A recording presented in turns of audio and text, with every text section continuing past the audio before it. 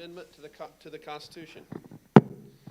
The First Amendment to the United States Constitution says, Congress shall make no law respecting the establishment of religion or prohibiting the free exercise thereof, or abridging the freedom of speech or of the press, or of the right of the people peaceably to assemble and to petition the government for a redress of grievances. I'm not going to cover all of those, but I'm going to stick to just 3 different parts.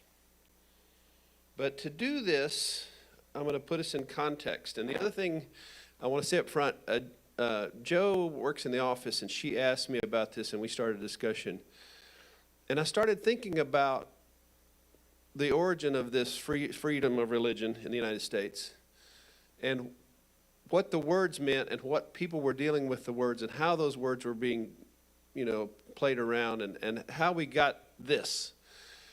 And I think it's important we should do that, because in secular schools, they will talk about who did it. They talk about history of. They flesh out some ideas, but they don't flesh out all the ideas, because even of this law, they're not able to flesh out the ideas. Let's put it that way. And I'm going to flesh it out some, and we can kind of hope with that. But at the same time, there's going to be some stuff in here. Trust me, this is all, you can all research this. This is all, I'm not throwing any curveballs at you. There's nothing weird. I know these are facts. I've got references, Thud. The whip's 3 cords slammed onto the bare back of Obadiah Holmes, who stood tied to the post. Thud, thud, thud. 30 times the executioner struck with all his force. It was on this day, September 5th, 1651, in Boston, Massachusetts. According to witnesses, Obadiah did not groan or scream. Instead, he preached to the crowd. When the whipping was over, he said, "You have struck me as with roses." I think that's what he even said to the executioner, which is an amazing, most of us would be mad at the guy. He forgave him. To observers, it was obvious that he was badly wounded. As a matter of fact, he was so hurt that he had to stay in Boston for several weeks while he recovered, and could only eat while kneeling on his elbows and knees. How could he take this punishment so bravely? Obadiah was filled with joy because he considered that the Lord Jesus Christ had counted him worthy to suffer for the sake of truth. The beating came about because he crossed into Massachusetts from neighboring Rhode Island, merely to help a sick old man, and held a Baptist service in a private home in Puritan, New England.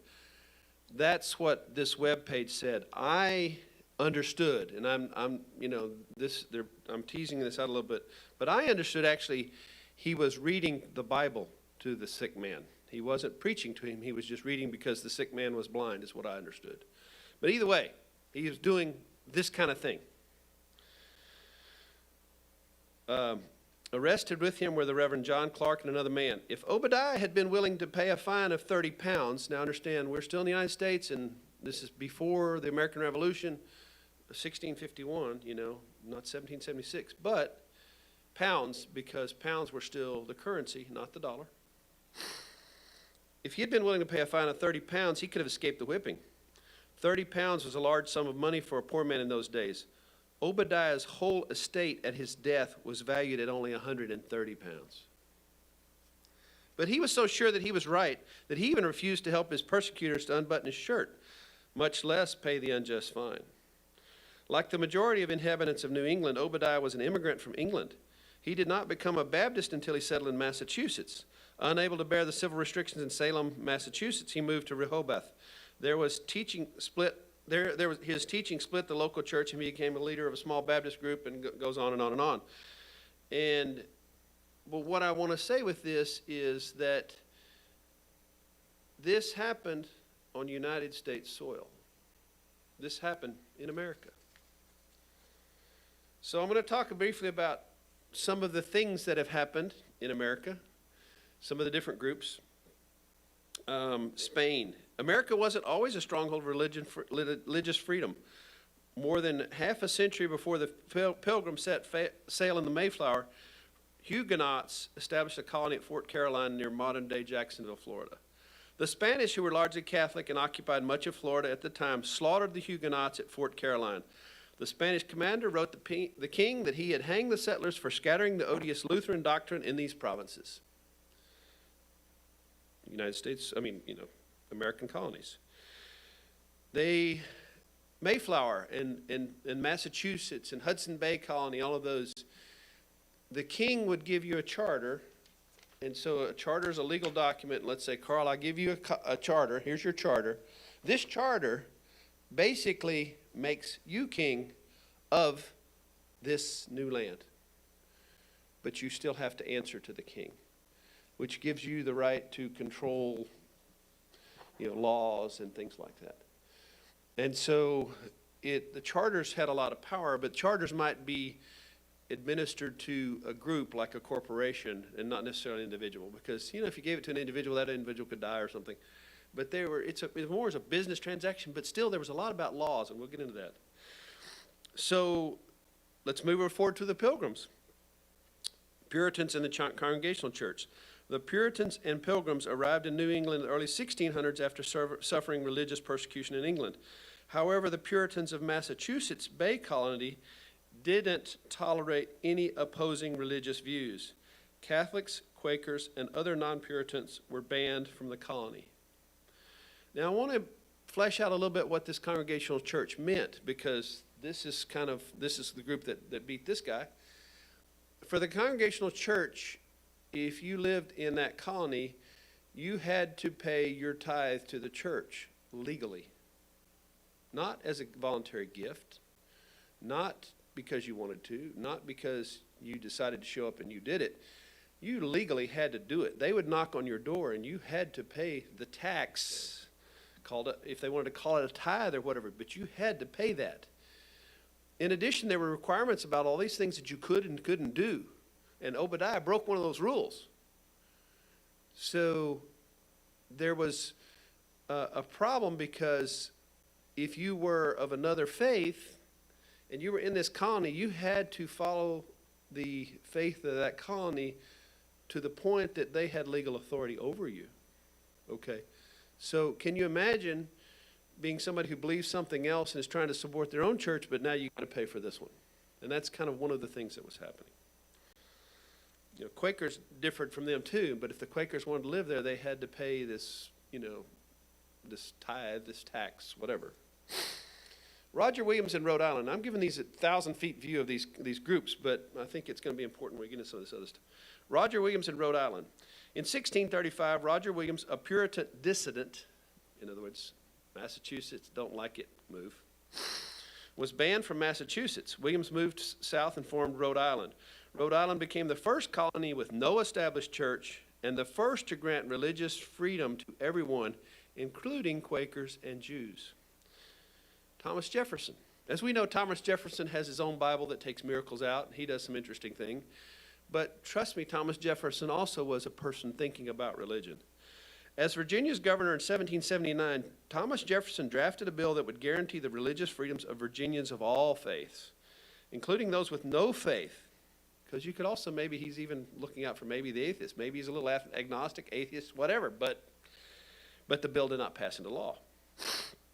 It said religion was mentioned only once in the U.S. Constitution. The Constitution prohibits the use of religious tests as qualifications for public office. This broke with European tradition by allowing people of any faith to serve in public office in the United States, or no faith. In other words, you had to swear up to this religion to serve in office. Okay. In 1785, and this is, there's a Netflix, and they don't cover this, which is really sad. There's a Netflix movie about Madison, James Madison. I'm sorry. No, it's Tom. Anyway, but and I'm blanking on the name of it right now, but there's one of these guys that was Jefferson's friend, and so you get to see some of the discussions that they have about different things. But James Madison, who was from Virginia, was against Jefferson on this, okay, and these states deals and whatever. Madison would go on to help actually draft the First Amendment, a part of the Bill of Rights that would include constitutional protection for certain individual liberties, including freedom of religion, freedom of speech, the press, the right to assemble. So that's how we got this. But there's a piece of this that historically, that actually we know happened. We know the principles behind what happened, but we don't have any witnesses of what happened. Because Madison was on this deal of like, no, we're not doing it, or we're going to put this in, or well, maybe I'll give you freedom for a religion, and whatever. Maybe I'll give you freedom up. Maybe I'll give you whatever. And they bannered these words around. This was a Baptist preacher who lived there, and he did espouse many of the ideas by Thomas Jefferson, James Madison, and other founders. He, was, they say, indefatigable. He delivered 8,000 sermons by his 80th birthday in 1834. For us, that'd be 52 a week, whatever. But he did all of it. He was known for his fiery sermons, religious zeal, offers opposition of slavery, advocacy of strict separation between government and religion, preached freedom in all aspects of life. It's not my... exhorting his listeners to be free from sin, oppose slavery, free others from physical bondage, and be free from the spiritual tyranny of state-established religion. And he advocated for religious liberty protections in the Constitution. Now, what's interesting, though, when I talk about this, that he was living in Virginia, and he had a large congregation, which actually, if he had wanted to, he could have gotten in the legislature, and he could have taken Madison's seat. He had the votes.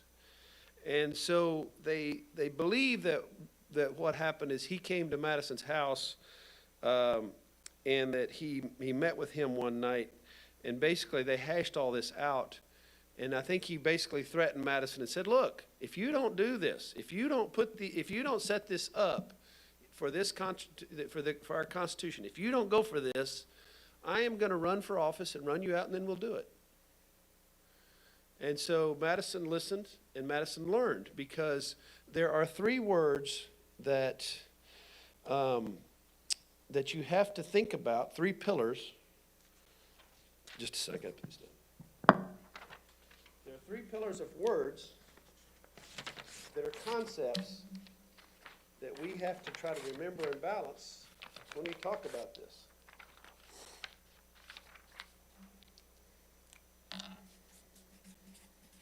And it's interesting because they all have the word, or the letter F in them. And some are very short words. Let's say like there's this first pillar. I don't even know what order I have them in, but you can do them all this way. I think I have them this way. So we have three pillars: from, for, and of. So freedom from, it says, a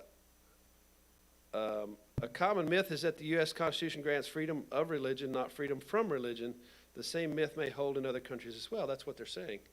No, actually, it says this claim is common, but it rests on a misunderstanding of what real freedom of religion entails. See, unfortunately, we keep using these other words, of and whatever, okay? If it is going to apply to everyone, also requires freedom from religion. Why is that? You do not truly have the freedom to practice your religious beliefs if you're also required to adhere to any of the religious beliefs or rules of other religions. Freedom from religion means that you can't impose your religion on me. The Congregationalists were pushing their religion on to Obadiah Holmes. Freedom from religion says, no, you can't do that to me. Now, ideas, words have consequences. When I say freedom from religion, that also means I can't impose my wishes on someone else. If someone is Muslim, I have to grant them right to have their religion.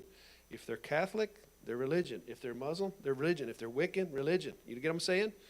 They have to have the freedom for their religion, but also from whatever powerful group there is, which you can't force your religious beliefs on them. And that has come in challenges. For example, the laws that close businesses on Sundays. Because if you're Jewish, that's not a holy day. So you should be open. But you would close Saturday. So our laws could say you had to close one day a week. That would be reasonable because it's not, but you can't dictate which day. A Seventh-day Adventist or whatever, different groups, the day may be different. So that's why it's freedom from religion. So that's one pillar that's important. But it's not a standing pillar by itself, and that's where a lot of people mess this up. If you, for example, you could say, could we really say that Jews and Muslims would have freedom of religion if they were required to show the same respect to images of Jesus and that Christians have? And they use the word of their freedom of religion. It should have been freedom from religion, not of in that sentence. Would they really have freedom of their religion if they were required to wear yarmulkes? If we were required to wear yarmulkes, that's. So you can say that you've got to have this, but here is where that freedom from religion does not mean, as some mistakenly seem to claim, being from seeing religion in society. In other words, it says no one has the right not to see churches, religious expression, and other examples of religious belief in our nation. And those who advocate freedom of religion do not claim otherwise. But the reality is we have to say that you should still be able to wear your clothing if it's religious. You could wear your burqa. You can wear your cross. You can wear your Star of David. You can wear, those symbols are going to be there. But freedom from religion says that we are not going to limit those symbols that we see. You may not like them, but you should have freedom from religion to say that you can do that. Which is why they've had so much trouble with people having certain things in government buildings. And I'd have to admit that's one of those things that those religious. I'm okay with those symbols being on somebody, but being on a wall or something else, that's wrong. Just like we would raise Cain if they put the word of Allah on our wall of our courthouse. But if we are Americans, this is where this debate came from and all this stuff happened. We have to have freedom from religion. The freedom for religion. Freedom for religion is the right to choose a religion or no religion without interference by the government. Freedom of religion is guaranteed by the First Amendment, which we talked about. Freedom of religion is the right to practice whatever religion one chooses. Okay. And I also want to make a statement here that I know as a child it kind of torqued me. I didn't really understand it and whatever. Because we would interchange words with like, you're Christian, you're Methodist, you're Baptist, we understand that a religion is a group worship, a group of people, etc., but Christianity is serving Jesus Christ, and it goes across all these other areas. So it's a different deal. There's a split between those two that's definitely not the same thing. A lot of people they are the same thing. A lot of people define their world as that same thing. I don't. I think that you can be a Christian with a different belief than I have. It is not for me to judge what is going to happen in the final days. It's not for me to judge who's right and who's wrong. And so therefore, I should be saying that they have freedom from religion and they can have freedom for religion, meaning they can pick which one that they want or none at all.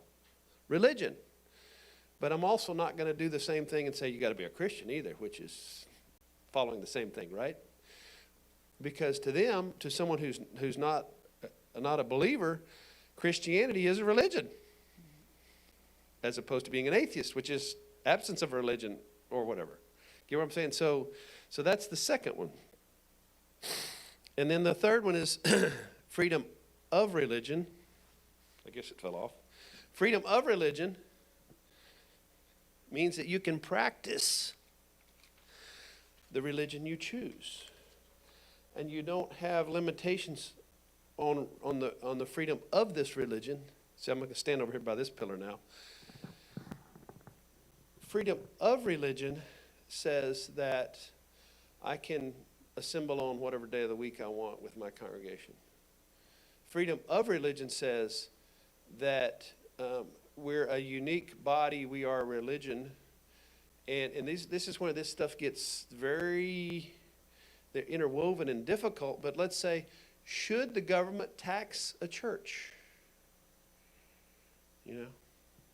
Should they do that, or should they grant them freedoms?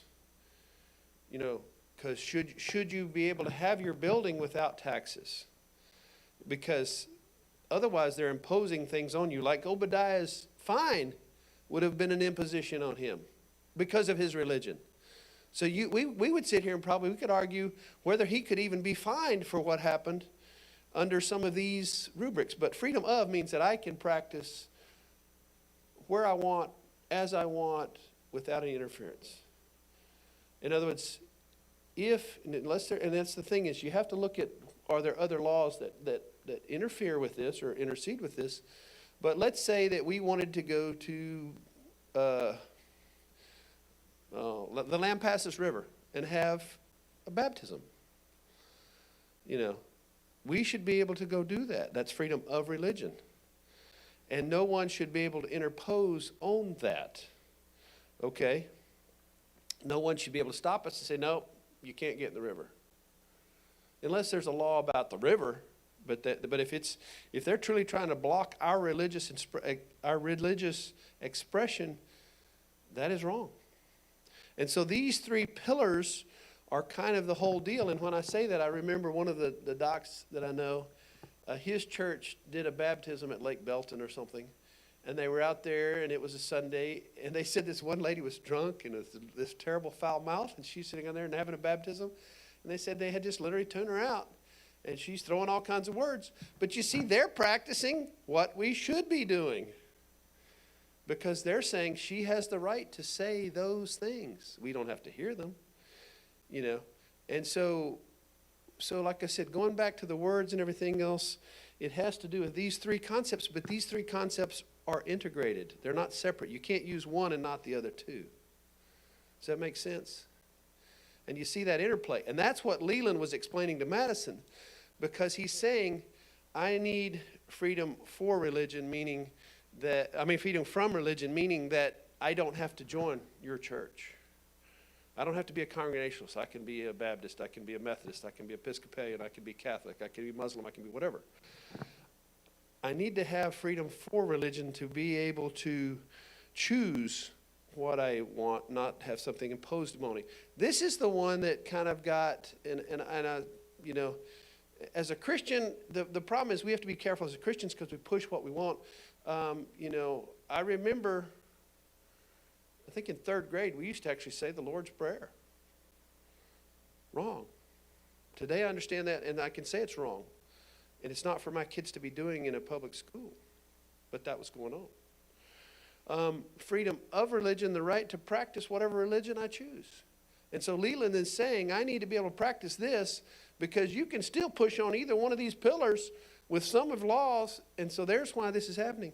So that first clause, Congress shall make no law respecting the establishment of a religion, okay, meaning we can't go after a religious institution, or prohibiting the free exercise thereof, or abridging the freedom of speech, because if they can gag you, you can't talk about your religion. If you can't speak. We're going to get back to the speech. Or of the press. And for us, we're thinking in terms of press being like the media and all this stuff. No, they're actually talking in many ways about what you can print. Can you print a Bible? Can you print a pamphlet? Can you print a handout? Can you print something that has Jesus Christ's name on it? Or Allah's? Or can you do that?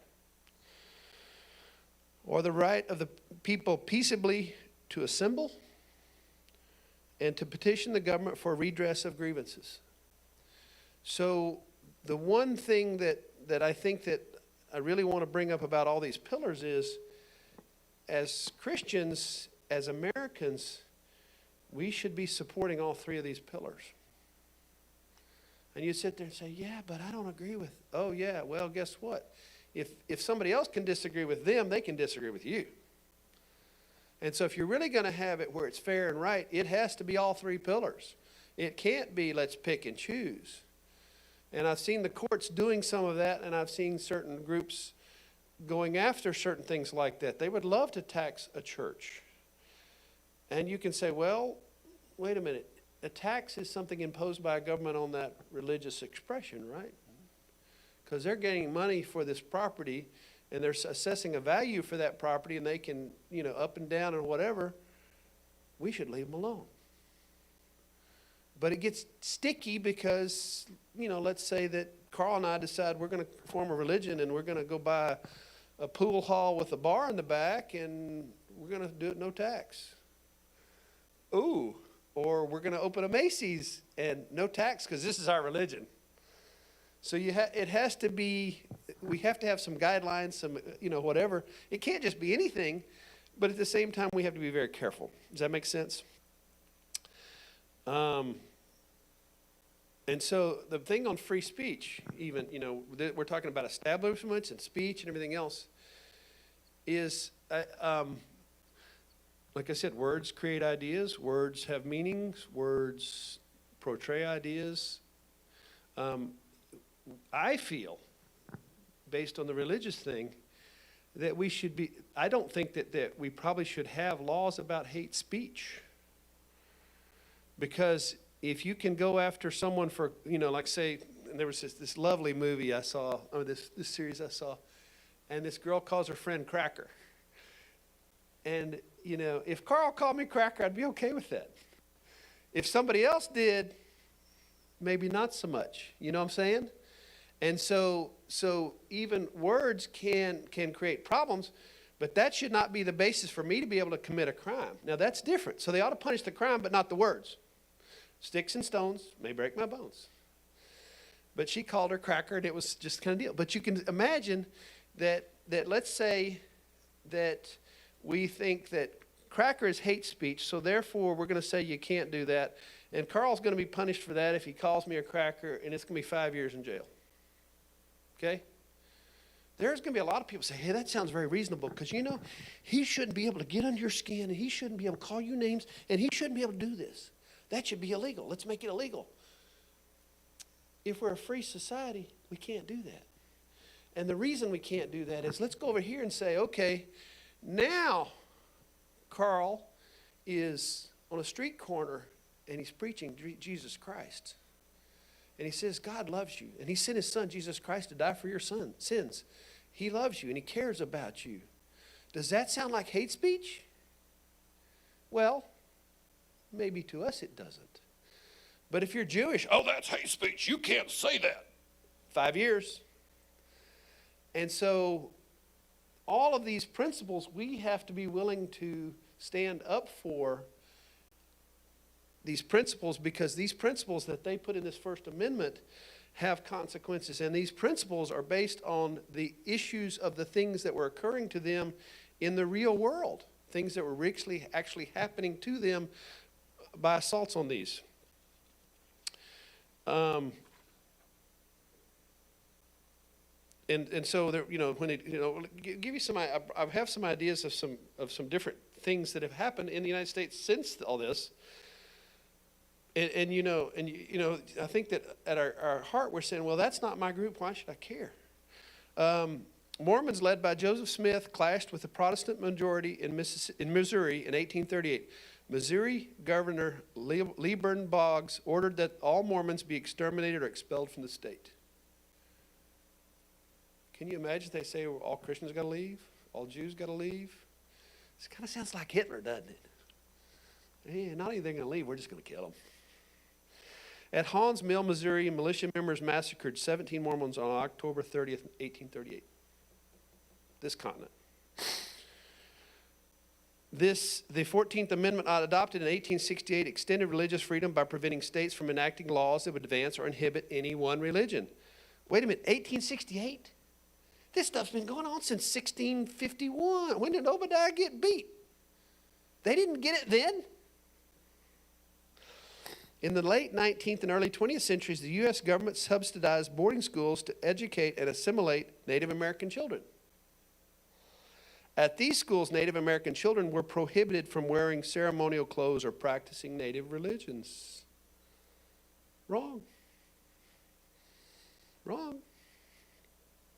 But it happened. While most states followed federal examples and abolished religious tests for public office, Some states maintained religious tests well into the 20th century. Maryland, for example, required a declaration of belief in God for all state office holders until 1961, 1 year before I was born. Landmark Supreme Court cases, and even some of these, see, you know, I'm going to go through these, but you got to look, and sometimes these are dancing with the devil and may have actually, you know, some of these you're going to sit there and go, they did what? Reynolds versus United States, this Supreme Court case tested the limits of religious liberty by upholding a federal law banning polygamy. The Supreme Court ruled that the First Amendment forbids government from regulating belief, but not actions from such as marriage. Okay? And so this one, you know, depends on which side you're on, but you could argue this one is legit because they're not they're realizing it may be consequences to have multiple wives. But I think you'd have to really kind of decide how much is that religious and how much is it cultural and how much whatever, you know. And it creates problems, but I don't, you know. And just a comic relief, I remember I was in Africa with the Maasai men sitting around, and you know, I had a translator. We were talking and something, and so one of them looked at me and said, "You only have one wife?" I said, "Yeah." And I said, "I understand y'all have multiples." And they were kind of like, "Yeah, yeah." I said, "Man, I've only got one wife. I can't even imagine how you guys deal with 5 or 4 or whatever." They thought that was so funny, you know, because nail on the head. But you know. So anyway, Braunfield versus Brown. The Supreme Court upheld a Pennsylvania law requiring stores to close on Sundays, even though Orthodox Jews argued the law was unfair to them since their religion required them to close their stores on Saturdays as well. You're taking 2 days of business away. But the Supreme Court upheld that in 1961. Now we don't have those laws, but 1963 Sherbert versus Verner. The Supreme Court ruled that states could not require a person to abandon their religious beliefs in order to receive benefits. In this case, Adele Sherbert, a Seventh-day Adventist, worked at a textile mill. When her employer switched from a 5-day to 6-day work week, she was fired for refusing to work on Saturdays. When she applied for unemployment compensation, a South Carolina court denied her claim. Lemon versus Kurtzman, 1971. This Supreme Court decision struck down a Pennsylvania law allowing the state to reimburse Catholic schools for the salaries of teachers who taught in those schools. The Supreme Court case established the Lemon test for determining when a state or federal law violates the Establishment Clause. That's the part of the First Amendment that prohibits the government from declaring or financially supporting a state religion. And this is kind of a question, I mean, I don't necessarily have answers for this, but a question I would pose to you is, let's say it's a small community, and that busing would be incredibly expensive, and you had a religious institution, let's say you had a Baptist school, let's say you had a Methodist school, let's say you had a Catholic school, let's say you had a Muslim school. If you're wanting your children to be educated, could you pay for their education? Yes. Could you pay for their education to include religious stuff? No. That's where you have to draw the line. And so this is a tough one, because would I be willing for my children to be educated in a Catholic school? And the reality is, as long as they keep religion out and educate my kids, I can say yes. You know, well, let's face it. I mean, let's just look across the board of life. You know, people of religious faith that differ from my own and different from, you know, than I differ from theirs. Some of them have had some of the most profound impact on concepts and ideas that the world has ever seen. There's not a problem with them educating. They should just not be indoctrinating. As long as they're keeping the religion out, and you could send observers and watch it, it's okay. I don't have a problem with our government paying for that, provided they're doing that and not doing the other part. Should I care about their religious symbols? No, I don't care. You know, if it's their property, I mean, because that's the other, I'll tell you another thing that was interesting for me, just because it kind of, it had to, you know, kind of, it just was different, you know. I worked for Providence for a year, and I walked in, and almost every room has a cross. You know, you go in a patient room, there's a cross over the bed. You go in the doctor's lounge, there's a cross. There's a cross, there's a cross. But it's their property. I work there. They're not making me see it. They're not pushing it on me. They're not burning me with it. It's just there. It's their property. I'm okay with that. Patients choose to go there. You know, I didn't look to see if the emergency department had them. I guess you could, I don't know, whatever. But I'm sure that you could say, I don't want the cross, and they'd probably take it down. They hung on a wall. So I don't know. 10 Commandments cases. In 2005, the Supreme Court came to seemingly contradictory decisions in 2 cases involving the display of the 10 Commandments on public property. In the first case, Van Orden versus Perry, the Supreme Court ruled that the display of a 6-foot 10 Commandments monument at the Texas state capitol was constitutional. In McCreary County versus ACLU, the U.S. Supreme Court ruled that 2 large framed copies of the 10 Commandments in Kentucky courthouses violated the First Amendment.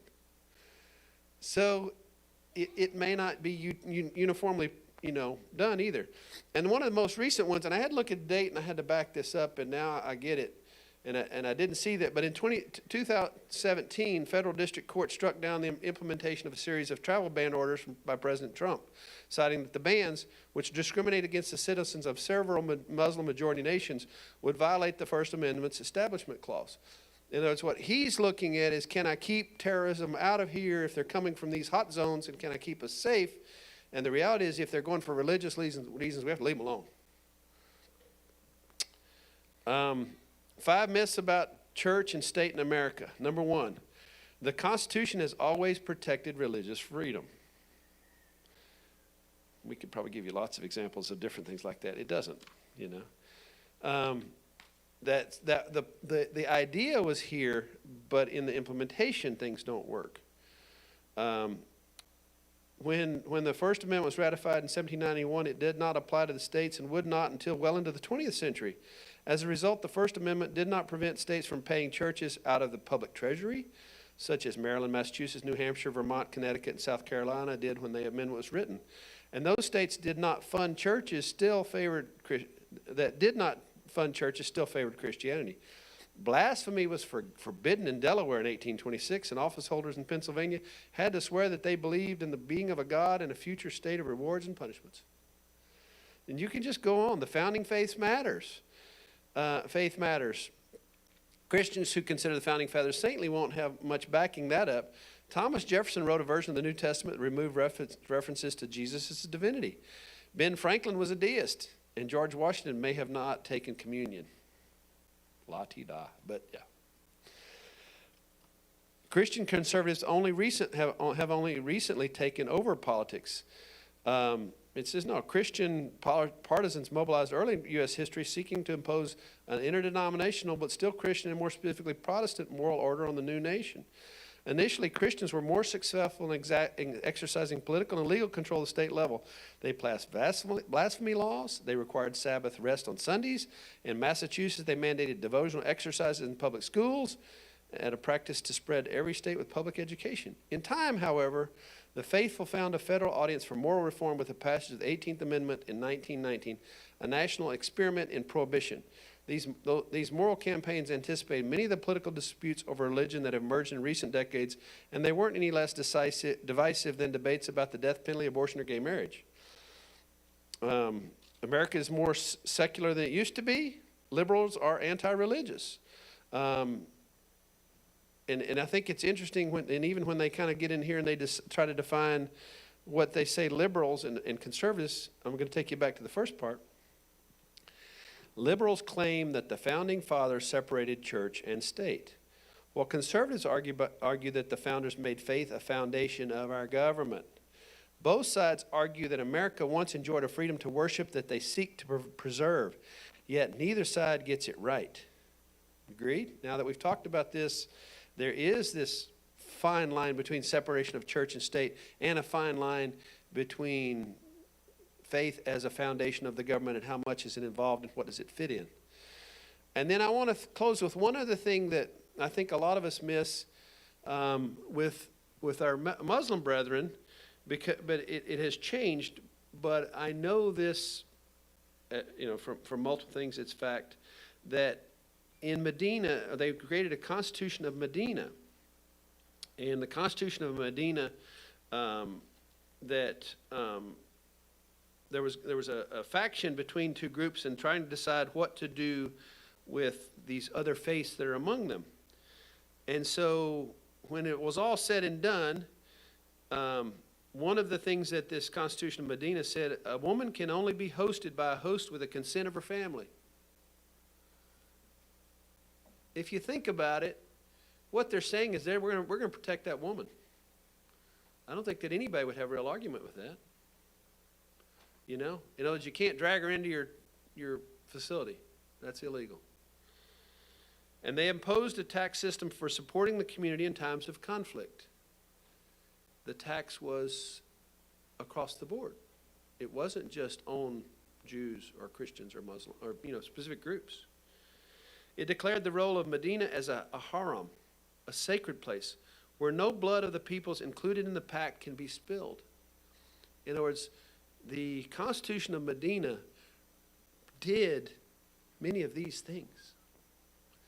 And I use that because I think as Christians, we need to understand these terms. We need to be able to explain these terms because I really think that at the core, when you get down to it, people of other faiths or no faith at all still should agree with these three terms as applied, as together, as the concepts, because those words have meanings and those meanings influence the way that we do things. And we don't want things imposed upon us that we would want but by someone else, nor should we want to impose things on other people. The problem has become, when we become more like crusaders.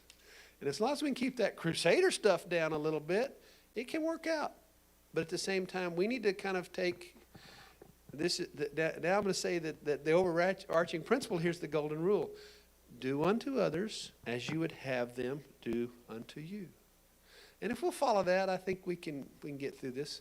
But I do, like I said, I think we dance in so many ways with, and it's a tough conflict. I mean, at what point is it a peaceful demonstration? At what point is it a riot? Police can tell you it's very difficult. Yeah, I learned, I think this week or last week, you can have a Molotov cocktail, which is a bottle filled with gasoline or something that burns and a rag sticking out the end. You can carry that around all day long. When you light it, they can shoot you. Or no, maybe even when you're in the, I don't remember. Is it, so you know what I'm saying? We even have fine distinctions among stuff like that. You're like, that sounds a little nutty. But we have those rules. And so I think that's something that we just need to be able to defend our people of other faiths, other religions, because we want them to defend our faith and our religions. And we want to be careful not to impose on them at the same time as we don't want them imposing on us. And so I think if we can keep these three words that all, have the letter F in them, you can rearrange the letters and get some of this. These two, you just add an R to, and, this has got F-O-R, and, it's kind of funny. They're little words. But based on what I've told you, I think you see they have huge impact. And I wish that the Constitution did a better job of just using these three words. If they had put these three words in the Constitution, and we had to say these three pillars are where this is, and this is how we have to legislate this, I think our world would be a better place. But the problem is, let's face it, we're human, and somebody can say, hey, no, I want this one. Here, Carl, you can have this one. You take that word, I'll take this word, and then I'll let you have this word. And, and then what do we have when it's all done? Because if you're fighting that one, I'm fighting this one, you're fighting this one, we got nothing. Y'all have a blessed day.